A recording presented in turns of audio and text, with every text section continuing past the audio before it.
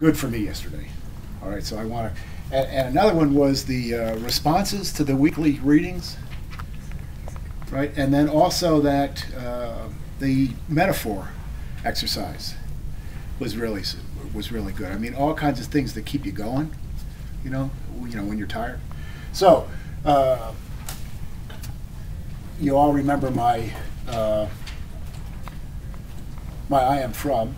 All right, and I am not the son of 1950s Mrs. Cleaver, more the son of Betty Davis, not fathered by a man who knows best, but by Gary Cooper, who made a wrong turn while driving out of the movie studio and ending up warped to suburban New Jersey. Okay, and then my first question was: is critical pedagogy necessarily always and already ideologically charged? I've been obsessed by this idea of ideology. Okay, so what's the answer? Yeah, it is.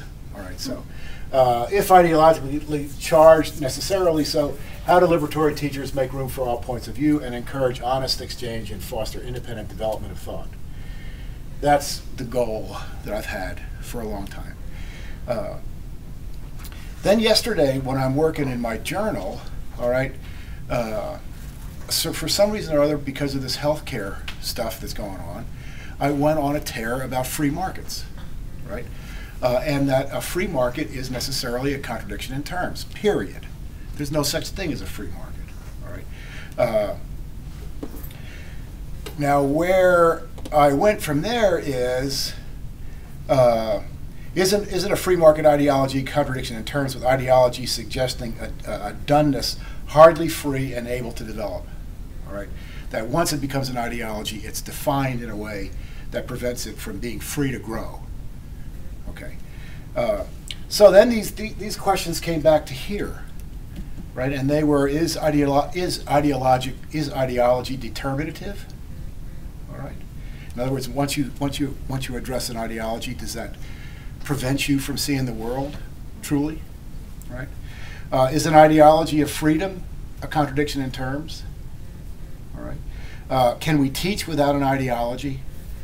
Can we teach with an ideology of critical pedagogy? So what I've ended up doing is I've ended up going all the way back in a big old circle, you know. And I want to work on it. I don't necessarily want to work on it in terms of there's not, you know, I'm not going to be.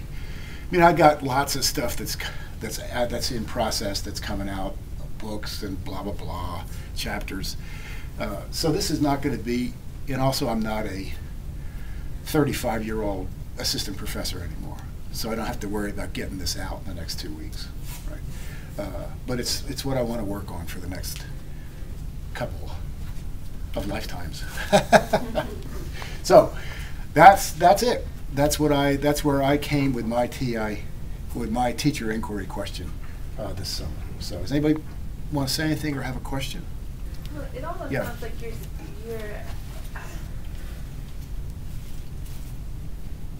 it almost sounds like you're talking about how we embody ideology, right? Or if we embody multiple ideologies, or if we're moving back and forth, or how our ideology embodies us. I think it's the question of maintaining without not losing yourself entirely to the ideology. Right. So is the ideology speaking us, or are we speaking them, or it, or whatever? And then the more complicated thing on top of that is, what are people hearing? Right. Regardless, regardless of what I'm trying to do, what are they what are they hearing? How are they seeing me act? So, anybody else? So, thank you. Who wants to go next?